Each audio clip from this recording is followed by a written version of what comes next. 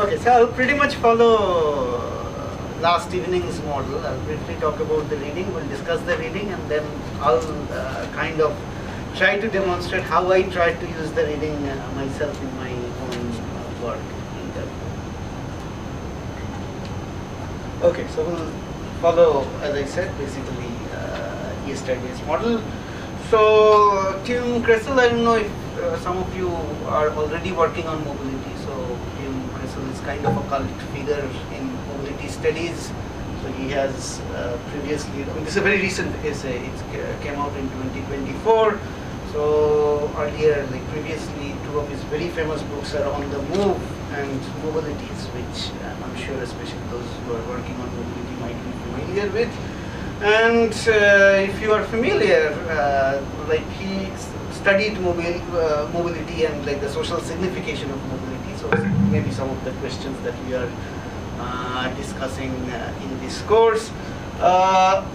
In the sense that how mobility is imbued with meaning and social signification. So what does it mean to move? Who retains the right to move? Who cannot move? Those kind of questions. But I think this essay is path-breaking in a number of ways, and I'll explain why I like the essay and why this kind of marks a break away from Kressel's earlier work. So in this article, he takes a very simple objective, which I think he very clearly lays out right at the beginning of the essay. He says that he'll focus on route instead of mobility. So that's the kind of break he's taking. And he asks us to think about it differently. So what does he mean by when he wants us to think differently? So mobility studies, he urges that until very recently was focused on the question of borders and flows. I think this is something that you will mostly agree, especially mobility studies, border studies. So these field of researches have mostly focused themselves on borders and flows, but in which case we analyze who crosses and who is content. So that's the primary question that mobility studies has addressed so far. But what about the lines in themselves, the lines and the patterns through which people move? I think this is the main question he's asking. Again, you do not have to necessarily agree with me. We'll have discussions, and if there are disagreements, I'm open to it. But I'm quickly explaining what I got from the reading. So my encounter with the essay is very recent. So I came across this when I was looking for text to bring in this class. So not that I am on top of it. So I just read it for this class. So I actually encountered it when I was looking for text to bring to class. So what about the lines in themselves, lines and the patterns through which people move, and the conduits along which movements take place? So I think this is a shift, broadly speaking, in Kressel's overall repertoire, and he invites us to pause and look at those lines. Routes, as again, like we have been discussing this question since long, these are not innocent, but they are imbued with social meanings. People in positions of power, they imbue meaning in it, and they are not mere technocratic solutions to just connecting point A and point B. So what else is going on when we study routes? They are political, material, and I think we discussed this very passingly last evening when I think he's not here. The question of episteme, these are also epistemic structures. So depending on how you move, who moves where, or I mean, when I'm talking about movement, I mean movement of ideas, movement of goods, movement of people, all these three included. So what kind of knowledge does it produce when you take one route over the other? So he begins with a small but telling etymology. Can anyone recall what is the etymology he begins with, and where does the word root come from?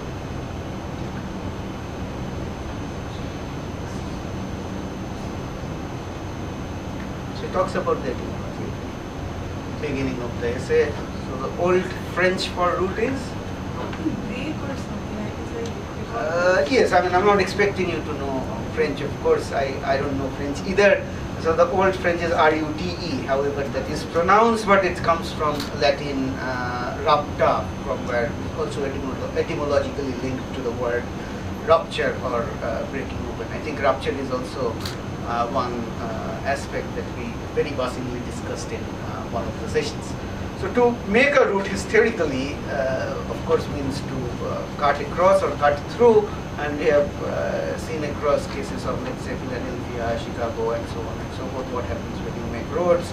Paris, for example, when we discussed in the last session, when you make boulevards, what happens? So there are, of course, inevitable displacements and things like that. So the key question here is, I want you to think through, keep this at the back of our mind, so maybe we can come back to it at a later point after having discussed the reading. So is movement always routed? So can you think of movement without it being in some way or the other routed?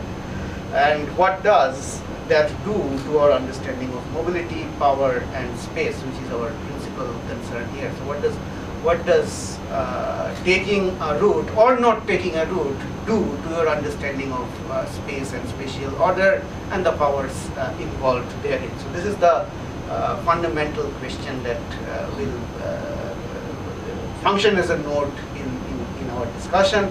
So this is what the reading begins with, and now I'll shift to like a second point, which is the concept of roots and the legacy of what Creswell calls spatial science. So he uses the term science. Why? It's a very peculiar or unconventional use of science. Like, do you have any observation on it? Where, like, have you ever come across the expression spatial science? Would you otherwise call it a science? It is science of what? It is a scientific study of space. Like, understood, but that point is well taken. But is it an expression that you have come across elsewhere? Spatial science? Not so much. Not me neither. So that, like, I was also kind of startled. This is not like a very commonly used expression. So let's start by thinking about how geography traditionally has treated routes. So in the mid 20th century, if you remember,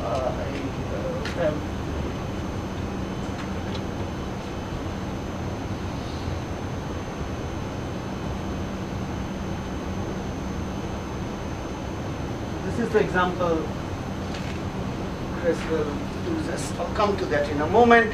So in the mid-20th century, transport geography and spatial science model routes as very efficient connectors. So like a very emblematic example Creswell invokes. So this is the model that Creswell uses as an illustration, which is what he calls the idealized transport network in developing regions.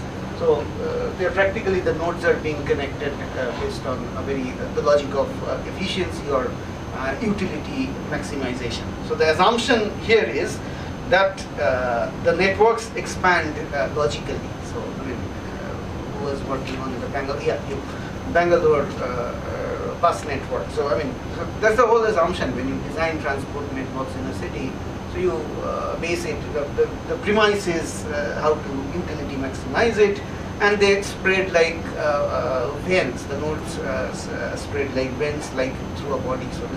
So in other words, I'm trying to draw your attention to the spatial metaphor is like already steeped in the analogy of a body. Like I'm trying again, like this is.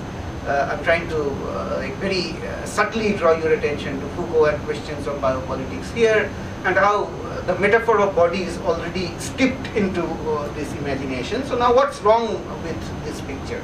Is there anything wrong? Creswell discusses it, like any of, like if you recall what Creswell says or your own observation with what is problematic with this image. Nothing is wrong, but in the last one, what happens that roots are more dominant and they are full mark marking with image F. So that is what that instead of using other roots, people are using two paths more dominantly. Correct. So there's a deciding factor in the development of other things. And what is the rational or guiding principle? Why do you think this happens?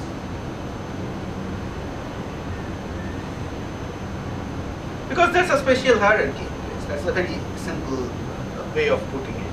So first, it is presented as a law of spatial evolution. So it's a very teleological progress, like let's say the typical Marxist critic, in other words, like the metro rail is inevitably understood as better than the bullock cart. So I think there wouldn't be any disagreement in the room insofar as agreeing to me that the metro rail is a better form of transport than the bullock cart, and it mirrors the colonial economy, by which I mean, so if you see analogically, try to compare this with this map.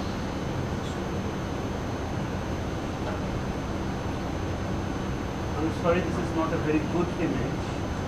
This pixel, I think if I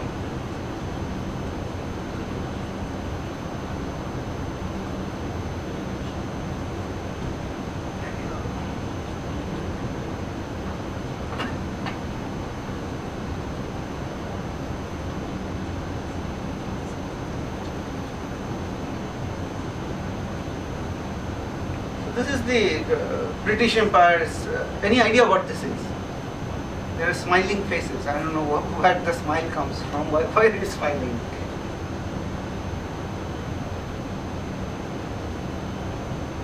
Is it legible? Can you see here? People at the back. Pretty much.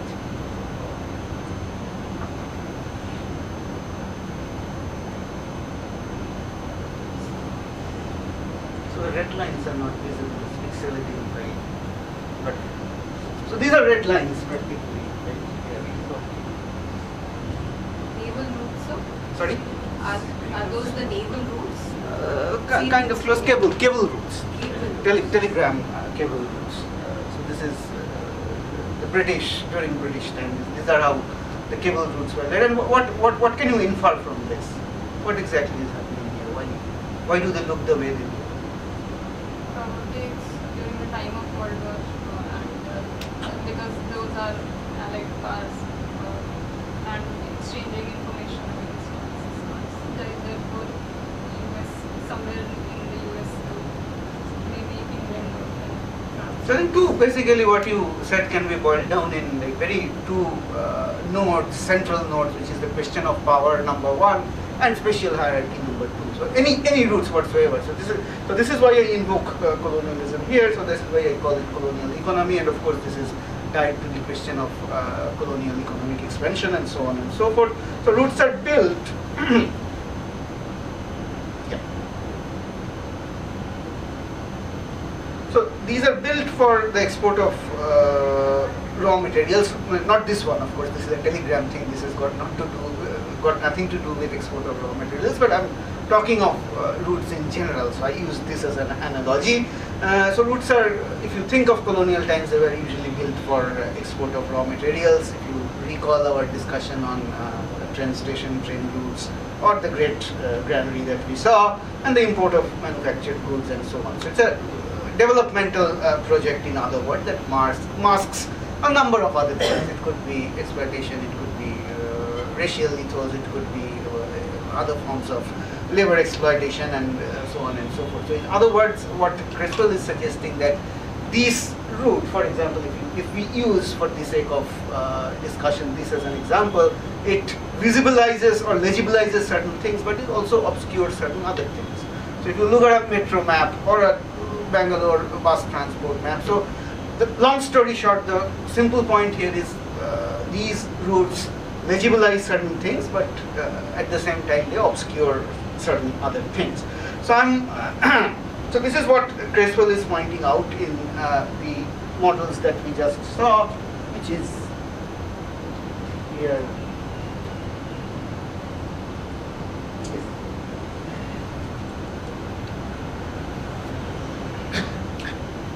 So the problem then with this kind of a schematic approach or a technocratic approach is they are imagined as value neutral. So this is the point Creswell is making. So in other words, if you see a schematic representation of this route here, it appears as value neutral. Do you want to say something? No. Yeah. So they are, in other words, reduced to lines of connectivity. They are very schematic, and they're otherwise like they're reduced to bare lines and connections, these nodes. And the messy realities of power, meaning, social significance, lived experience, they are all stripped off. So this is Creswell's point so far. So I'll pause here for a moment, and I'll invite you to think, what do you think of a route then? And what comes to your mind if you think of maybe the routes that you, on your day-to-day, daily affair, you take, going to the college, going to the hostel, going to the bazaar, for example. So what kind of freedom or unfreedom of movement does it encourage? So all routes whatsoever, they encourage you to do certain things, and they discourage you to do certain things. We are also talking of conventions and norms. Like, I'm sure that you have never come across a no smoking board in the campus, but no one is smoking. So that's a, like, that's a convention. So that's the spatial regulation of power that we already discussed in our earlier lecture. So if you think in that terms, what does a route enable you to do? What kind of conventions does it impose on you? And what in terms of the route that you take, what do you think the route prompts or provokes you to do, or conversely not do? And who draws the lines on those maps, in the sense that why do you think that this? I mean, in our case especially, I mean, we are slightly now moving to the digital stuff, and I'm sure that we'll bring on the digital stuff more so in the later half of the course. In our case, it's mostly Google. Google dictates us which routes to take, which routes not to take, which routes to take at which time of the day, and so on and so forth. It's all very minute, otherwise very uncomplicated decisions, which we think very unwittingly, in most often than not, we are taking, is actually in most cases dictated by Google. So keep this again in the back of your mind. We'll come back to it later, but this discussion opens the path toward Creswell's central claim, which in my opinion is as follows. So we need to repoliticize the route. So I think this is the fundamental claim he's making. So these are not schematic lines or dots and so on. So these are very political entities, and they govern and dictate us in ways that we possibly cannot think of. So we must then ask, who routes whom, or what routes what, and again think in terms of mobility of goods, ideas, and people. So this is, as I said, like one question that I need like your reflection on. So from this point, Creswell pivots from technocratic to the political. So there's a shift in the essay. You see, it starts with very the critique of the technocratic stuff, and he says that once he establishes that routes are political entities. So there's a shift in the essay. At this point, he borrows from, if you recall, Deleuze and Guattari. If you are familiar with his work, like Thousand Plateaus, Nomadology. Anyone familiar with Deleuze's work? You do not have to, I mean, that's not necessary, but then he talks about the smooth and the straighted space, so that is directly taken from Nomadology and Thousand Plateaus. So smooth, I mean, of course, the use being metaphorical here, smooth space is open, intermediate, full of potential. The sea, for example, before the sea is mapped, like the vast expanse of central Calcutta, the maps of which we just now saw in the previous session, before it is mapped and before it's like planned in the colonial sense of the term. So, and straighted space is ordered, measured. I mean, these are things that we are discussing since the very first session. The highway, the grids, the arcades, the shipping lane, aerial corridor. There could be a number of examples. So, thinking in this term, routing, this is again Creswell's argument, is how smooth space becomes straighted. So in other words, there's a question of political control or power. Space otherwise, unless you try to govern it, unless you want to control it, it's a smooth space. And once you institute grid, let's say, when you make a railway station in a otherwise, or you make a colonial bungalow in a central Calcutta colonial location, it becomes straightened. So planned space as opposed to smooth space. So every road, cable, corridor, channels, movement along these sanctioned or straightened paths, and then becomes political. So this is the question. And by doing so, it includes certain form of movement and it excludes certain other forms of movement. And that's the whole point of encouragement and discouragement, the issue that I just now brought. So once you straighten smooth spaces, it encourages him to do certain things and it discourages him to do certain things. So he calls this, can anyone recall what he calls? It's a very, again, a very unconventional expression he uses. So what happens when you straighten up space? What happens when you lay grids, for example, in an open space? He uses the expression, what effect? Right. So he calls this tunneling effect. So you see the analogy. So that like tunneling vision. So the tunneling analogy should be clear by now. So infrastructures connect privileged nodes while bypassing others, which he explains with the help of this diagram. The Chicago example that he gives, if you recall the 1950s urban renewal of Chicago, which we have to a great deal already discussed even before going into Creswell. So the argument here is simple, but in my opinion very profound. So he says routes do not merely connect places, they produce places. I think this is a very profound argument he is making, and that's a very point of central departure from this kind of schematic representation of, let's say, the cable network map, or I also wanted to show this other map, like a very schematic representation of the Delhi metro map, for example.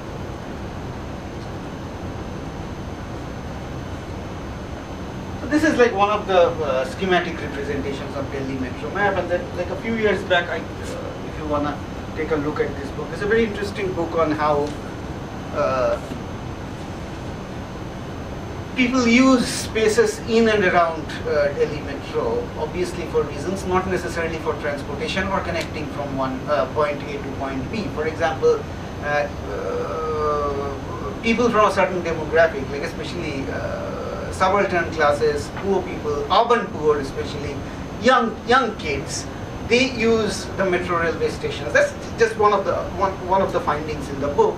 They use many of Delhi metro premises as intimate spaces, like for example dating.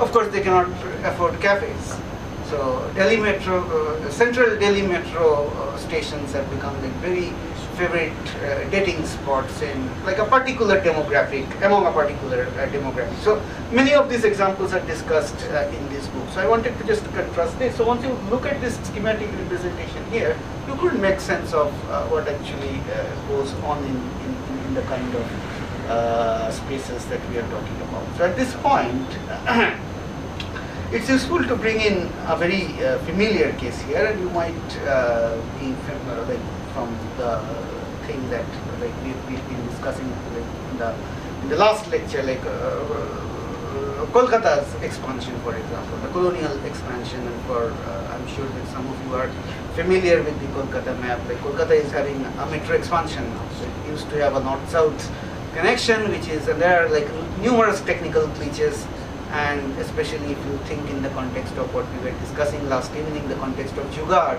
how people are deploying Jugaad to overcome the glitches especially encountered by Kolkata Metro at this point of time.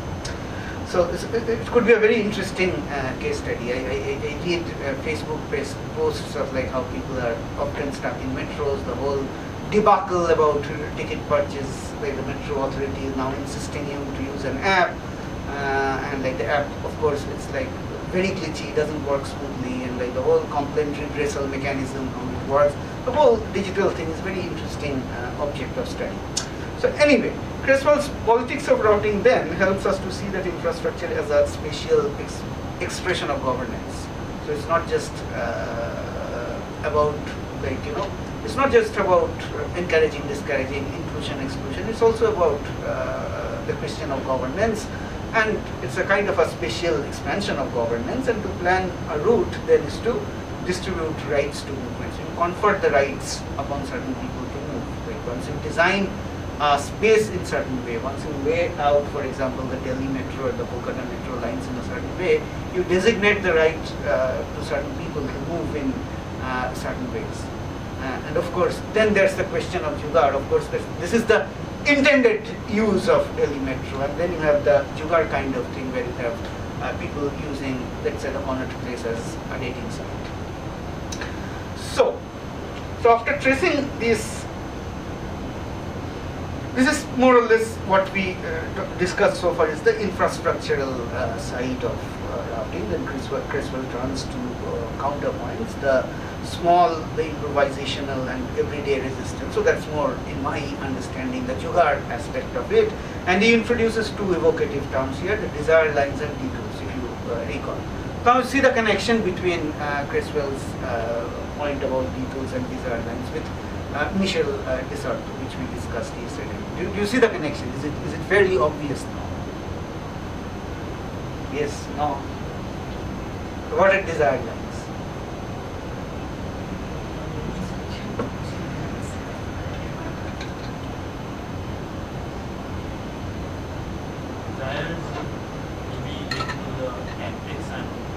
Sorry, can you a little bit louder? Desired as an equivalent to tactics and expectations as an equivalent to strategy. And detours? I think Desarthe also discusses the question of, the hesitancy at the intersection. So those are the, I think, that should be fairly obvious by now. So desired lines are those dark tracks that you cut across. Those are prohibitive zones that you still cut across, and so on and so forth. So paths made not by planners, but let's say the pedestrians, people who walk in the city, and then I insist that you think along the lines of what we discussed in the context of Desarthe's pedestrianism, if I may put it that way. So Creswell draws here on Desarthe. Of course, he invokes Desarthe, if you have noted, and he invokes the question of tactic as an everyday way of rerouting a space. So the question of rerouting is kind of mapped onto tactical use of space, and there's this element of speaking back to a certain kind of urban planning that Creswell is trying to critique here. So similarly, detours are like creative deviations, and I'll try to again demonstrate that through my own work on like a very peculiar form of transport, which is the toto, which is I'll come to that in a moment. So my question then here again, like I'm trying to organize this in terms of like sets of questions for you to think about the larger question of mobility. So can you think of a desired line in your own city, or again the routes that you take?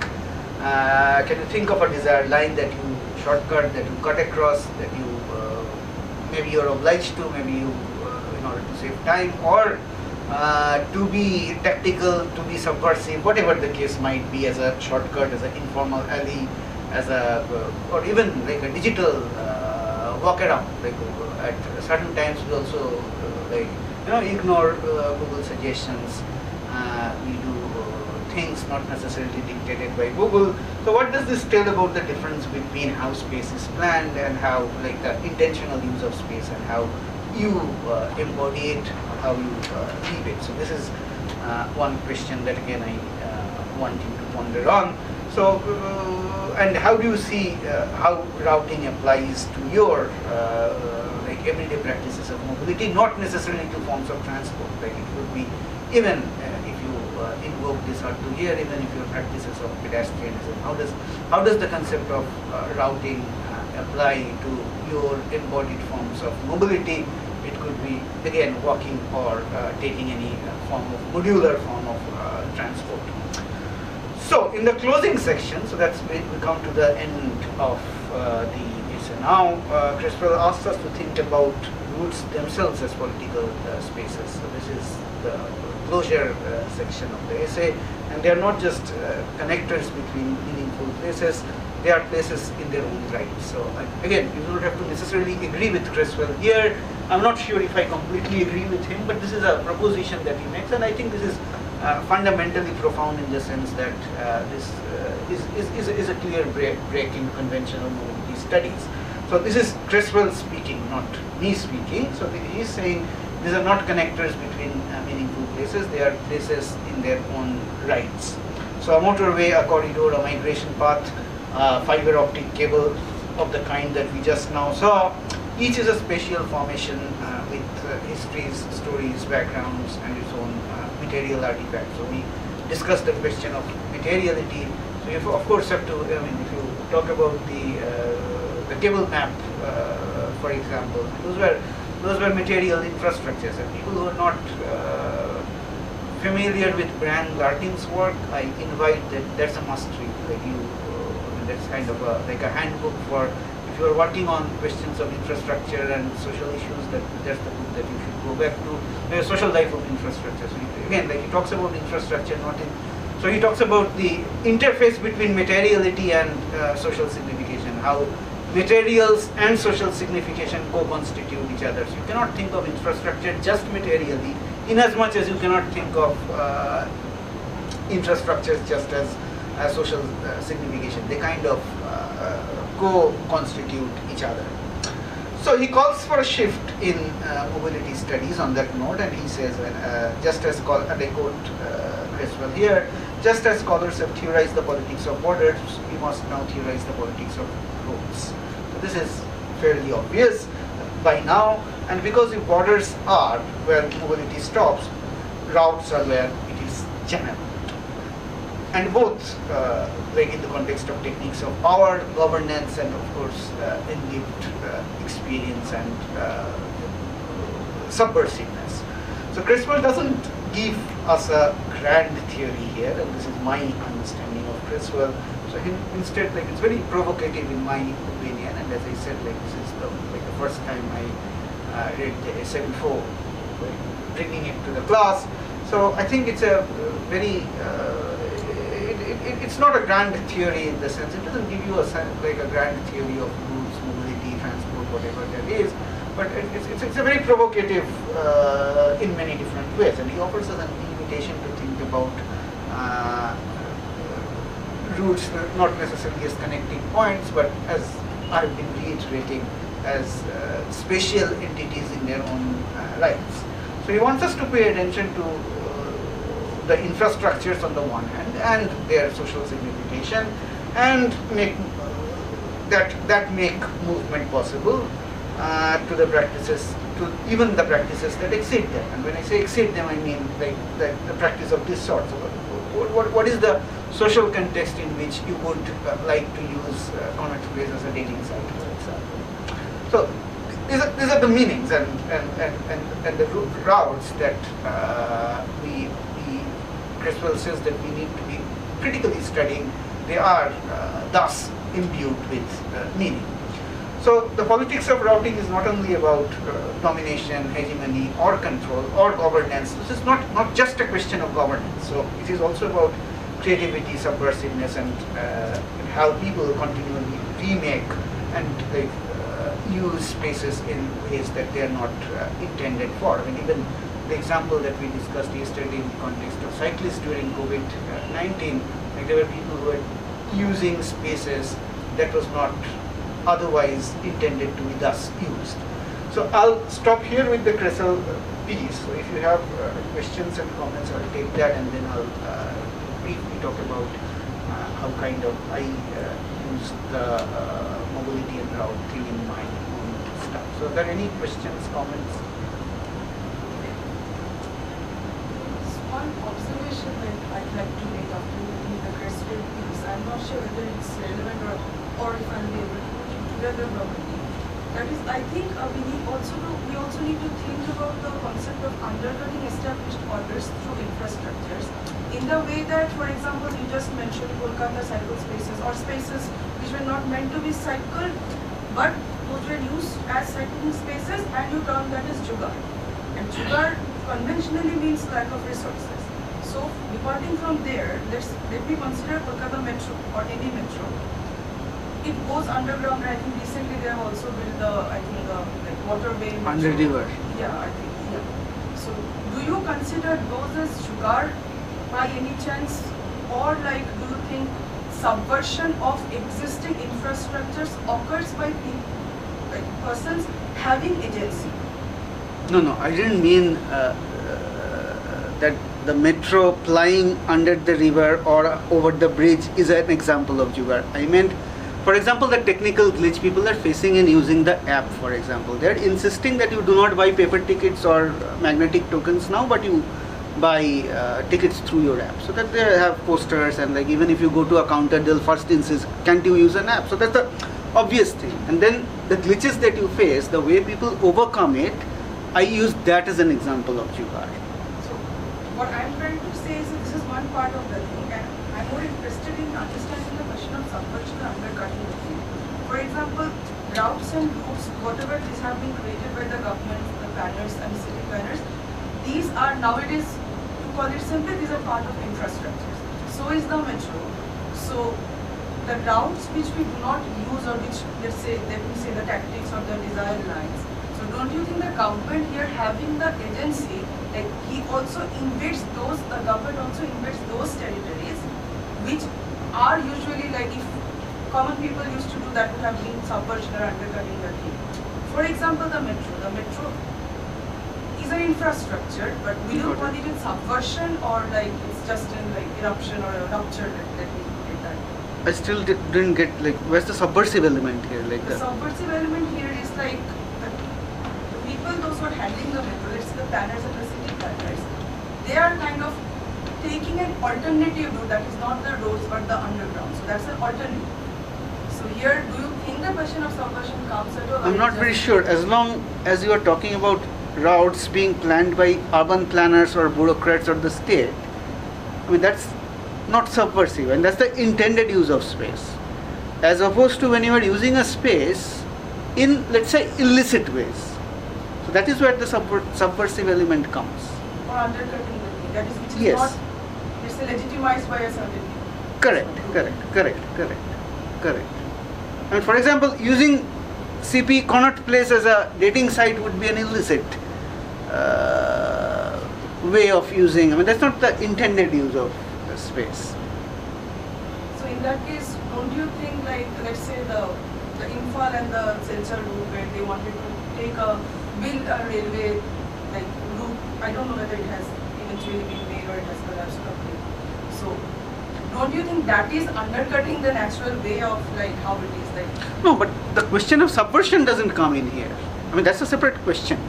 And that I do not think necessarily speak to the Creswell issue. I mean, that's a fair concern, but I think you are talking about political economy or the question of extraction, eviction. So that's a separate set of political economy question. But that doesn't necessarily speak to Creswell or Desert. Yes, are there any other questions, comments? When we talk about the question of dominant rules, that how dominant rules are created because of spatial hierarchy. So like what actually causes spatial hierarchy? Like what factors are responsible for triggering the phenomenon of perpetuating spatial hierarchy and recurring it? Like what things cause spatial hierarchy? Why does spatial hierarchy occur? Access, navigation, control, governance. I think that's something that I built on previous lectures. Let me saw the classic demonstrations of Chicago or various factors intermingle together to impose control order like that. That also depends on the city or its particular character. Like for Paris, it was a separate thing. So trade and economy could have driven the case of Chicago, for example. Paris, for example, the urban restructuring was governed more by governance, power, navigability, and so on and so forth. The city to make Paris rebellion free. Basically, that was the cause. So it's a very separate argument, different argument compared to Chicago, for example. Yes. So, I mean, of course, cities also have their lived characters, and that kind of determine how you would want to restructure it, how you want to, govern it, and so on. Yes. Sir, can you elaborate the thing that not just connect two places, but also way of production. That sort of line that is part of this. Think of any, like a very quick example would be like migration routes. Like Assam, Karnataka is like a migration corridor. And once this functions as a corridor, there might be, I mean, I'm just cooking it spontaneously. It might not be factually correct, but there might certain villages that come up along the corridor. So in other words, the villages are being met. So that's the whole argument how routes make spaces. Those are not A to B connections. They also make space. Does it answer your question? One example is in certain location at in UP, so Azamgarh and several other districts, a highway or super highway kind of was developed. So what happened that at one location, it divided a village. So what happened that the market area was on the other side of the road, and it took almost 6 to 7 years to develop or establish an overbridge to go to the other side of the super heavy kind of that sort of. And then it imbues a certain character to so what the happened place. that this side there little market and a full placed market developed this side. So could we say that that sort of development of production And that took that place at that location? yes, and I think the point that Criswell, drawing on Criswell, the point that I'm trying to drive home is that then this, the example that you just now gave, would lend a particular character to the space. It's a characteristic of the space. So in line with that question, I wanted to check with you if, like I have two things in my mind. So one is that there are metros in Bangalore or in Delhi. So there are paths that lead to metro stations, so be it the underground or the skywalks. So people take that route, but ultimately there are shops that open up, not the permanent ones, but the stalls that they put. So can we say that the routes actually produce the place? Yeah. So that is an example. This would be another example. Yeah. So I think I'll move to this one to begin.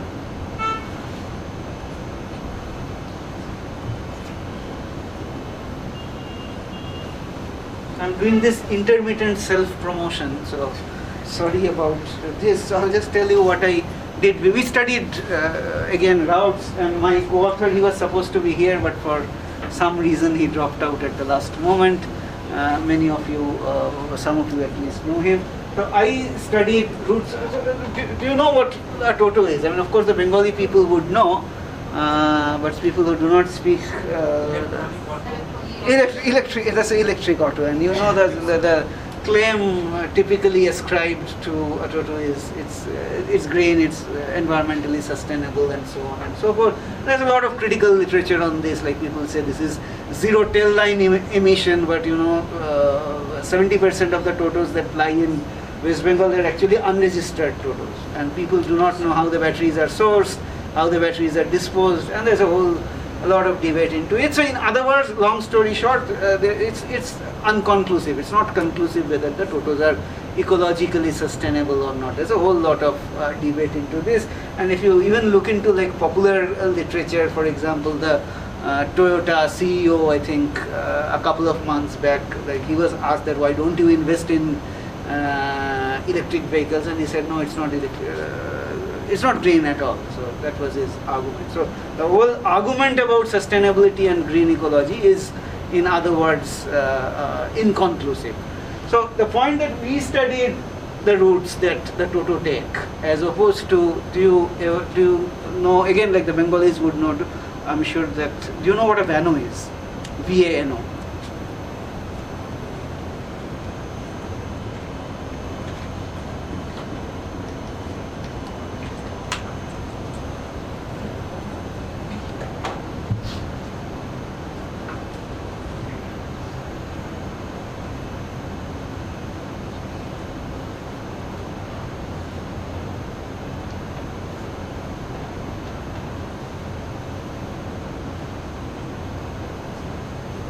So this is basically a tricycle rickshaw, if you may call it, and what they do is they put a diesel engine. That's again like a classic example of jugaad. So it runs on diesel engine, so it's very inventive in that sense. Like local people make it with, they hardly cost 6,000, 7,000 rupees. So we talked with like people who take the vanos and people who take the totos, and we were trying to figure out who buys the narrative of ecological sustainability and which routes they ply. So usually, like, both are kind of feeder transport, if you are aware. I mean, all parts of India. I mean, these are not primary forms of transport. These are, in some ways or the other, these are feeder formats. And if you take the case of Vano, it's a supra feeder in that sense. So it's a feeder of feeder. So I mean, if the Vano could bring you like from your home to the metro thing, and then if your home is in outskirts or Saval, the feeder will take you to even the outskirts of the outskirts, if I may put it that way. Last mile connectivity. Both are for last mile connectivity, but I'm saying there's a supra element to the Vano. It even goes, so, and there's an intersecting point. So we studied again like the zone in the periphery of Kolkata, which is an emerging, upcoming urban township called Rajarhat, and we were studying the intersecting location where, you know, the Vano, the intersecting catchment area where the Toto and the Vano intersect, and we studied people who like we studied their routes, of course, like which route they go to, the unions, especially the transport unions, and like who takes what form of transport and what are their principal argument, and how do they buy or not buy into the narrative of ecological sustainability. So we call this in our paper, we call this, so we call this storyline, in the sense that we call this narrative, like that the Toto is ecologically sustainable is a storyline. Some people believe in it, some people do not believe in it. So that's the whole argument. And our the central problem we were addressing it, if it is, let's say for argument's sake, if we assume that this is ecologically sustainable, how is it possible that the Vano and the Toto operate at the same space at the same time? So if you go to the peripheral regions of Rajarhat, you will see both Toto and Vano operating in equal measure. So this was our principal problem, like how if at all this is ecologically sustainable, how can you have both very contradictory forms of travel seamlessly operating in Rajarhat? So what we found actually was very interesting, what we referred to as drawing on, I don't know if you're familiar with Amita Vaviskar's work. So this is her concept, bourgeois environmentalism, in the sense like this is her term, and she calls like this is a very peculiar kind of environmentalism which is tailored to the need of a certain class. So it's not about, so here the environment or sustainability issue is secondary, whether or not the narrative of environmentalism fits your particular class interest is of paramount interest. And the example that Vaviskar uses is of the 90s bullock cart. Like, I mean, that's way like long back in history. I have never seen a bullock cart in Delhi, but then she talks about, I'm taking from her, I mean, this is not my evidence, this is her evidence. So she talks about the whole environmental drive about that came about Delhi in the 90s. At the same time, people were pitching to, you know, get rid of bullock cart. So her argument is the bullock cart is like the finest form of sustainable transport. So why would people be interested in? So on the one hand, the bourgeoisie were interested in ecological sustainability. On the other, so these two movements happened side by side in Delhi. So she studied kind of both movements together. On the one hand, the whole drive for ecological sustainability. On the other hand, the eradication of bullock carts and how they kind of coincided or intersected. So she kind of furnishes this argument that this is not about the environment at all. It is about thinking about environment tailored to the interest of a particular class, which she calls bourgeois environmentalism. So we were along those lines thinking about like who takes which routes, and in order to take, for example, the metro, whether you would take a Vano or a Toto and so on and so forth, and what kind of environmental ideas would you buy in depending on your class position. So this is what we were studying, and this is, I think I'll stop here and maybe take some of your questions here. Yes. Question. I would assume people take either of those to whatever is convenient. Ecological thought is not the forefront, is it? Practically no, but when you interview them, so that is what we refer to as the bourgeois environmentalism. There are people from a certain demographic, they would always invoke the green belt. I mean, that is the central point. The ones who actually take it? If you are from a certain class, if you are from a certain demographic. That is very counterintuitive, yes. No, you see, I wouldn't normally think those people from that class is actually taking those. No, I think you have to also factor in that the feeder transportation network in Rajarhat is very small. So you have to. Oh, okay. I mean, unless you have a car, you have to. You have to. Yeah. So we are talking about a peripheral region in Calcutta where it's like emerging urban scape with very nominal public transport. There are like few nodal bus connections. The metro hasn't reached. Yeah, it's like think of Gurgaon 15 years back. Yes. Sir, since you have interviewed those who take Toto in Rajarhat, do they like the transport? Because the Toto, like in the suburbs, I am from Barashat, Mundumra, so there people see Toto as like a transport hazard, like they create congestion, they are not reliable at all. Sometimes Toto gets, so it's a lot of things. Responsible for congestion. Yes, yes. But this narrative is classed. That is our finding. So you could map the class and the demographics in the narratives that it produced. So who says what is actually governed by the class question. So this was actually our principal question, like who sees this as ecologically sustainable, who sees this as hazardous, who sees this as a reason for urban congestion. This is like clearly very classed. But the site of the study would be vastly different. Barashat is not a semi-urban or peripheral urban space like Rajarhat. The whole narrative of Toto in Howrah and Barashat would Be different, of course. very vastly differ from the narrative of Toto. I think the principal question is also like, what is Toto a feeder of? Like Barashat, it's not necessarily a feeder. Yeah. Yes, any last questions, comments? I was just wondering whether space is only one logic. You mentioned that there is an intended use of the space and there are multiple possible surface uses of space. Is the intended use only singular or collective? I mean, depends on how it is collectively planned. I mean, I've been studying Rajarhat for a while, of course, with Utreo, who you know, and we were also looking at urban plans. So, I'm assuming you are familiar with how Rajarhat came about in the 90s and the whole eviction and, land acquisition and all of that. So, I mean, if you look at the maps, the clear representation is about like urban congestion in Kolkata. We have to move a few people out of Kolkata, number one.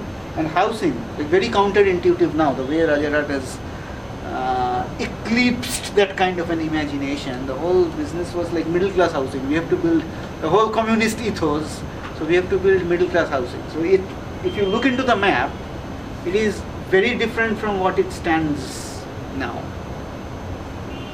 But then housing is still central. Of a certain demographic. It's not middle class housing.